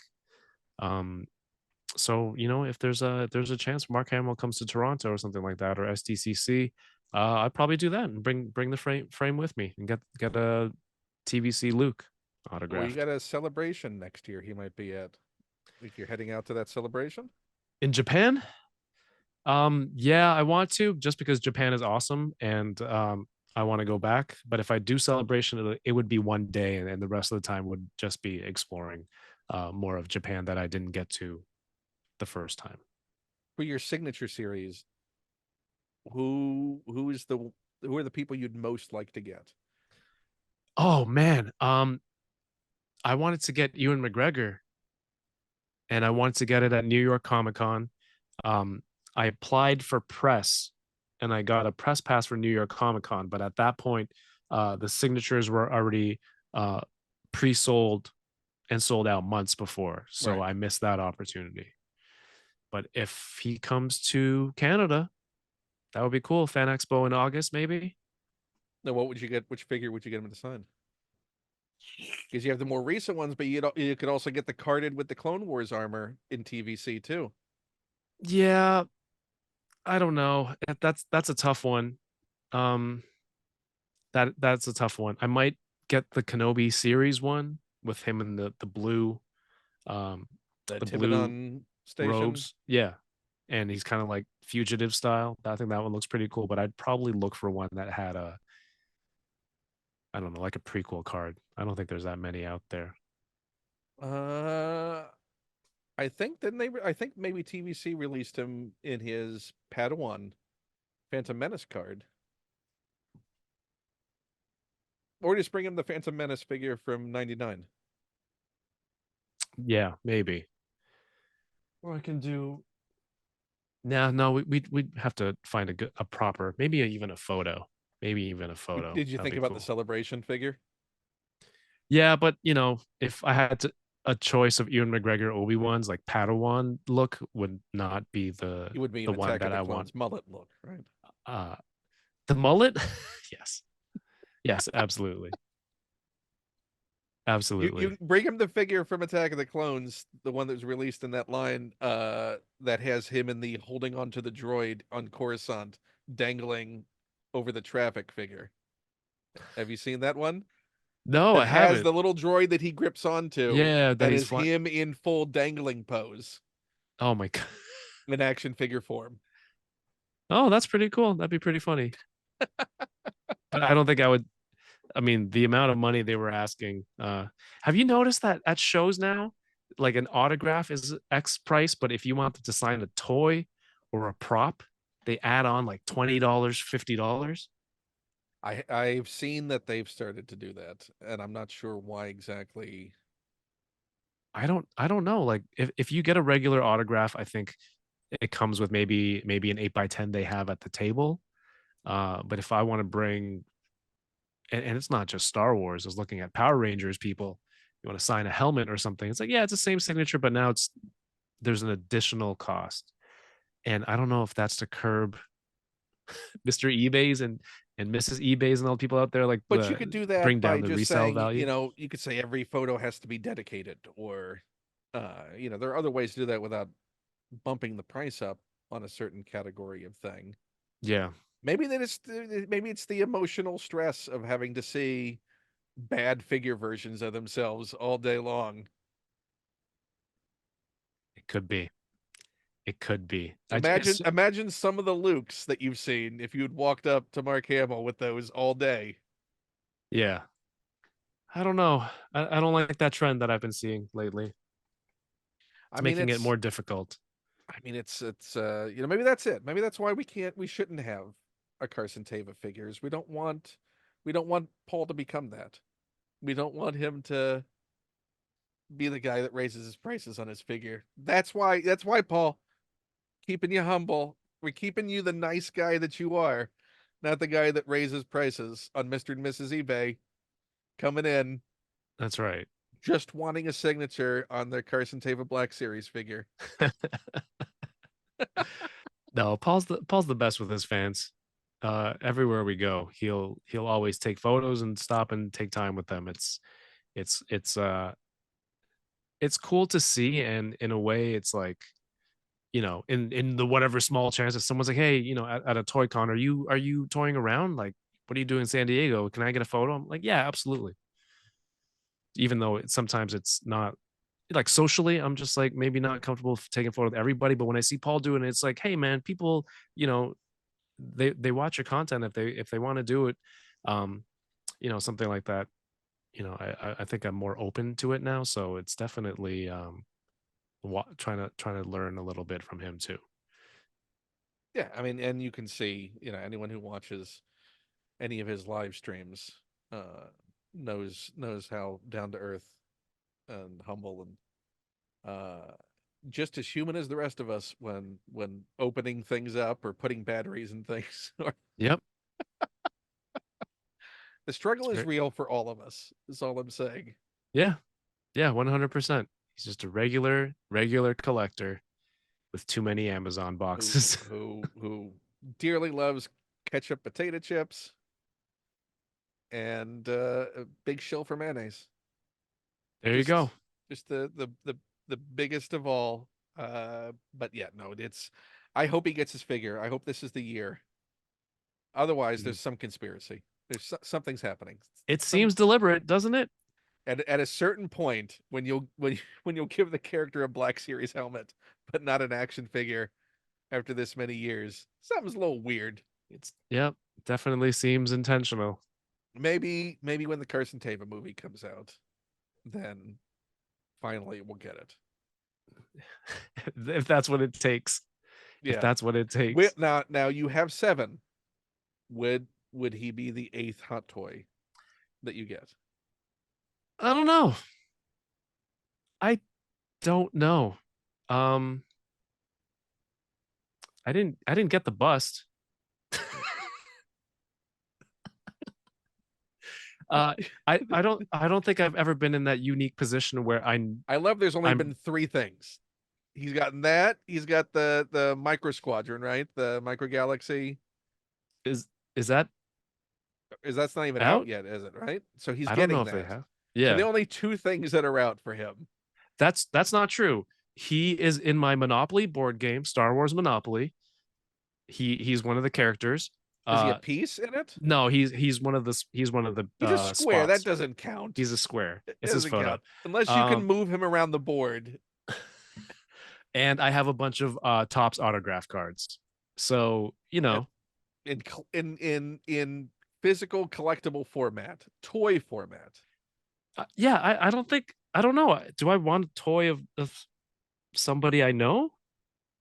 I don't know if that's I don't weird. know. You kind of answered that question. When it gets here, we'll like is it too real? Is it too real? Do I need that face staring at me all the time? Well, he'd be behind you. He wouldn't be in front of you because nothing goes on the desk. Yeah, it's true. From the shrine, the Paul shrine. Yeah, I mean, you got the helmet now. You need something. Put a little tiny version of him inside the helmet That's why it's so far away from me. on the plastic bins. Yeah. The temporary display. Non-permanent, no commitment, it can change up anytime. You don't just show up for Boba Squadron records wearing it. I should. I should. I just need to know if it has lines. After the big debate you all had about whether that thing would have lines Yeah, I attached think to they it. had he said he tested it out. It has some of his lines from I think Mando season 1 or 2, something like that. Yeah. And a Kim's convenience line just weirdly on there too. It's a hack. Secret code, press a series of buttons and you unlock that character. That'd be cool. That'd be very cool. I think you all need to have, since you have full on Boba Squadron, you Hmm. all need to have helmets and you all need to select lines that your helmets would be programmed with from the show. Going Oh, to what we talked about earlier, we need which line which lines do you think Yoko would have? oh boy. Yoko. I don't know, something like I love spreadsheets or I love organization, stuff like that. Ernie would say General Grievous and Salacious Crumb. Those would be his sound bites. Yeah, all of those. And Paul's would just be, what time were we starting? What's the name of this podcast? Which he has said live. He does a lot of shows. He's all over the place. It's been like 2.5 years on Boba Squad. Hey, at least he says it after he's shown up. So you got him there. Yeah, it's all right. He made number 2. Yeah, we're never gonna hear from him on this. So we obviously this was a Star Wars show, but I have to ask because I know you're a Marvel Legends collector Okay. too. What off the top of your head, from your heart, your top five in no particular order? Marvel Top Legends five figure. Marvel Legends? Yes. Oh man. Toy Biz, Weapon X, because that's what got me back into collecting. That was the first one I picked up, which I was like, that thing is awesome. Can I do it in no particular No order? particular order. You don't have to All rank right. these. All right. So we got Weapon X, Toy Biz era. The MCU Green Goblin, that thing looks super cool. And it comes with the Willem Dafoe head sculpt, which is a Spider-Man film that I, grew up with. So I really, really, have a connection with that one. That one's pretty new. Did a review of that on the channel. You can check it out. A Spider-Man. There's so many Spider-Men that I can't pin a specific one that's really good. Oh my God, Marvel Legends. The Blob. The Blob is really good, and obviously the Sentinel, either HasLab or Toy Biz, build a figure, your choice. Um, those are two awesome toys for like a X-Men villain in like a huge size format. So then for you, what's the Carson Teva equivalent of a Marvel Legends figure that you're like, come on, just release this character already? Oh, I don't think there's anything like that. My 90s X-Men team is pretty much complete. Are you liking the new 97 figures? Yeah, I have to get Wave 2, but I'm excited. I'm excited for those. I recently had a shift in display options. So for X-Men and Spider-Man, I'm focusing on animated series, which is what I kind of grew up with. So they're doing a lot of Spider-Man TAS and X-Men 97 stuff. So that's going to be like the central focus of those two teams. And if there's movie stuff, MCU Spider-Man stuff that comes out, I'll add some. And Spider-Verse is always ongoing, so that keeps it open. But like the main X-Men 97 team, it's just upgrades, right? All the characters are there. It's just getting newer, better versions and better paint, better articulation, things like that. So Have we they're always gotten a working good towards it. animated Professor X though? No, the only one I have is that deluxe one with the chair. And it's comic, but you can argue it's a good animated series stand-in. I think everything throughout the years I've been collecting for X-Men, it's like comic versions that's kind of animated series until the last maybe 2 years. They started the VHS line. They started the VHS line before X-Men 97 was announced. And then once it was announced and they're doing toys for X-Men 97, they kind of stopped with the X-Men VHS cell shaded line. So it's all kind of being worked and fine-tuned into the version that I'm looking for. So who's your favorite X-Men character? Wolverine. So He's yeah. if you had the choice, you had to make this choice, the difficult choice. Here we go. You could only either display Wolverine figure or a Spider-Man figure. Oh, What would you pick? I thought you were gonna say Wolverine or Carson Teva. I had that one You in the already had that chamber one, ready yeah. to go. If it's between I didn't Spidey want and to give you an Wolverine, easy choice. I would go Spidey, Spider-Man for sure. It's he just goes through a lot more relatable things, as a kid going through school and dealing with you know family problems, girlfriend problems, school, financial, work, things like that. Um, I think as I was a fan, a lot of that stuff was more relatable. But those two, again, it's because of those two, like cartoon, for me, right? Spidey, X-Men, and of course Batman animated series. All those from the same kind of generation, same era, were my big three that kind of kept me in this kind of nerdy comic book space. But now you're gonna have to take up that Spider-Man choice with him. Yeah, that's a good one. That's probably Probably the the. best Wolverine they've done. I mean, it's one of the first ones to get the height right. Hmm. I mean, they've tended to go more stock body with Wolverines over the years. Like, this is the Yeah. first one that really feels like, yeah, that's how short he should be. Yeah. And they've kind of fine-tuned him as well. But you went with a New Yorker over the Canadian to take your Timbits card. There you go. Sorry. You got me. You got me. Uh, thank you for coming on the show and Oh, for my pleasure, going man. down this sometimes awkward journey, No, it was but fun. but not for either of us, just for Paul. Uh, where should people find you? Because you do a lot of things on your channel and on your socials, so let Hmm. people know. I have a YouTube channel at Toying Around. I stream every Thursday for Unboxing Thursdays, open up some toys, and hang out with a collector friend in the community, whether they're just a collector or somebody that works in toys or does something with toys. On Instagram at Toying Around. I have a website, toyingaround.ca. It's just, all that stuff put together. And I am planning a toy convention here in the Greater Toronto area in the GTA, April 7th. It's just going to be, toy collectors, vendors, some toy companies, a celebrity or two signing autographs, comic book creators. So I'm just trying to do something a little bit different. So if you're around, come check it out. Hey, yeah, that's about it. Anything from the bins going to be showing up at the show? Uh, in my experience, if it's a event that I'm running, I rarely have time to sell. So maybe not in this show. Yeah, but it's the Toying Around Toy Con presented by E-Collectibles. Um, you can follow along on Instagram and see the guests and vendors that are coming up. I'll be posting more about it in the next few days and weeks.